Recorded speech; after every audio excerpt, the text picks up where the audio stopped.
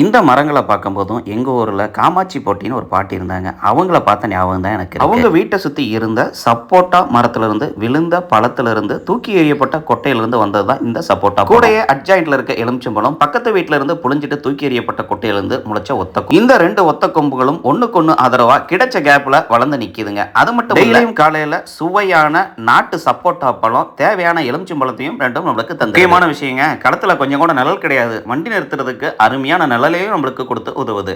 இதுக்குன்னு நான் என்ன பெருசா செஞ்சிருக்கேன்னு பார்த்தீங்கன்னா, எதுவுமே கிடையாது. கொஞ்சோண்டு ஆட்டா முளக்க, அதுங்க அந்த ஒத்த கொம்பா இருக்கும்போது புடுங்கி எறிய வேண்டாம் அப்படின்னு சொன்னது தான். வீட்டுக்கு முன்னாடி எலுமிச்சை மரம் வைக்கக்கூடாது, ஆகாதுன்னாங்க. யார் சொன்னா ஆகாதுன்னு சொல்லிட்டு, இன்னைக்கு டெய்லியும் குறைஞ்சது ஒரு பழமாவது நம்மளுக்கு கொடுக்குது. இது ஆகாதுன்னு அன்னைக்கு புடுங்கி போட்டிருந்தா, இந்த பழம் இன்னைக்கு நம்மளுக்கு கிடைக்குமா? கொஞ்சம் சிந்திச்சு பாருங்க, எதுவுமே ஆகாதுன்னு கிடையாது. நம்ம பயன்படுத்திட்டு தூக்கி எறியப்பட்டு வாழ்றதுக்கு வழியே இல்லாம இடுக்குல முளைச்சு, இன்னைக்கு நம்மளுக்கு எவ்வளவு பயன் தருது. இதை விட அது மட்டும் இல்லைங்க, காலம் சென்ற காமாட்சி பாட்டி நம்ம நினைவில் நீங்காம இந்த பழத்தின் மூலியமா நிலைச்சு நின்றுட்டு இருக்காங்க.